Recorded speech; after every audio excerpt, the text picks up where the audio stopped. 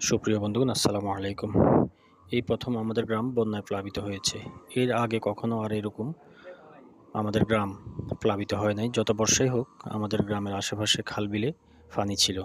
এরকম রাস্তায় অনেকগুলা বাড়ির মধ্যে পানি কখনো আসে নাই। তো বুঝতেই পারছেন কী পরিমাণের বৃষ্টি, কী পরিমাণের পানি প্রবাহিত হচ্ছে। আমাদের গ্রামের এখন খুব একটা মনোরম দৃশ্য, যদিও মানুষ খুব ভোগান্তিতে আছে, তারপরেও মনোরম একটা দৃশ্য। সুপ্রিয় বন্ধুগণ, আসসালামু আলাইকুম। এই প্রথম আমাদের গ্রাম বন্যায় প্লাবিত হয়েছে। এর আগে কখনো আর এরকম আমাদের গ্রাম প্লাবিত হয় নাই। যত বর্ষাই হোক, আমাদের গ্রামের আশেপাশে খাল-বিলে পানি ছিল। এরকম রাস্তায় অনেকগুলা বাড়ির মধ্যে পানি কখনো আসে নাই। তো বুঝতেই পারছেন কী পরিমাণের বৃষ্টি, কী পরিমাণের পানি প্রবাহিত হচ্ছে। আমাদের গ্রামের এখন খুব একটা মনোরম দৃশ্য, যদিও মানুষ খুব